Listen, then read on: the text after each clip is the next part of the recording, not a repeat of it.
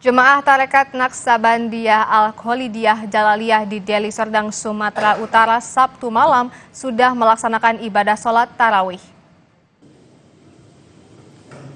Melalui sidang Dewan Majelis Fatwa Tarekat Naksabandiyah Al-Kholidiyah Jalaliyah dengan menggunakan metode hisab Komariah, 1 Ramadan 1445 Hijriah jatuh pada Minggu 10 Maret 2024. Dengan masuknya Ramadan hari ini, puluhan anggota jemaah Tarekat Naksabandiyah Al-Kholidiyah Jalaliyah di Medan dan Deli Serdang sudah mulai melaksanakan ibadah sholat tarawih pada Sabtu malam di Pondok Sulut Tarekat Naksabandiyah, Jalan Leman Harahap, Desa Marindal, Deli Serdang.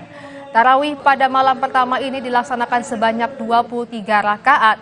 Tarawih ini juga lebih awal dilakukan dari ketetapan pemerintah yang sampai saat ini belum memutuskan 1 Ramadan.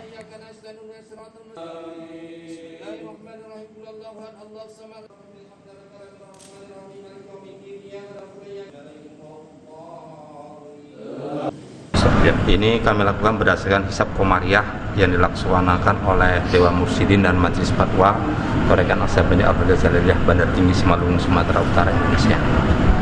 Artinya kita besok sudah mulai puasa, Pak? Insya Allah besok kita sudah mulai puasa yang pertama.